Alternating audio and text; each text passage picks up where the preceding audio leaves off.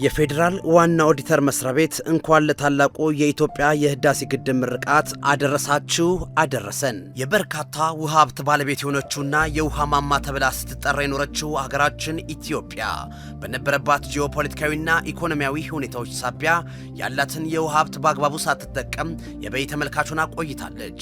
በተለይም ለዘርፈ ብዙ የኢኮኖሚ ልማት መሰረት የሆነውን ከውሃ ኃይል የሚመነጭ የኤሌክትሪክ ኃይል ካላት የውሃ ሀብት አንጻር የሚገባትን ያህል ሳታለማና የሀብቷ ተቋዳሽ ሳትሆን ለበርካታ ዘመናት ኖራለች።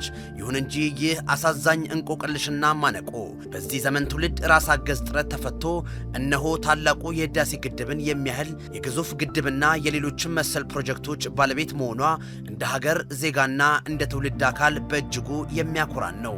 ከሁሉም በላይ ታላቁ የህዳሴ ግድባችን በሁሉም የሀገሪቱ ዜጎች አቅም አስተዋጽኦና ከፍተኛ ርብርብ እውን መሆኑ ሲታሰብ አደራውን እንደተወጣና አሻራውን እንዳስቀመጠ ትውልድ እኛነታችንን በእጅጉ ከፍ የሚያደርግ ነው።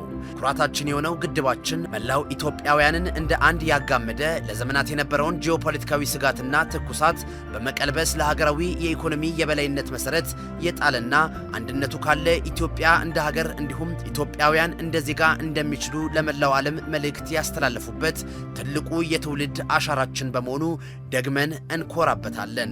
የግድቡን ግንባታ ከእቅዱ እስከ ፍጻሜው በመከታተልና በእልህ አስጨራሽ ጥረት ውጤት እንዲጠናቀቅ በማድረግ እንዲሁም የትውልድ በማስተባበር የዘመናት ህልማችን እንዲፈታ ያደረጉ መሪዎቻችንን በግንባታው ሂደት ያጋጠሙ አስጊ ፈተናዎችን ድንቅ በሆነ የዲፕሎማሲያዊ ጥበብ በማለፍ በተለያዩ ዘርፎች አስተዋጽኦ ያደረጉና ለዚህ ስኬት ያበቁንን ዜጎችና ሌሎች አካላት በሂደቱ ያላቸው ድርሻ ከፍተኛ ነውና ለተወጡት ሀገራዊ አደራ ምስጋናችን የላቀ ነው።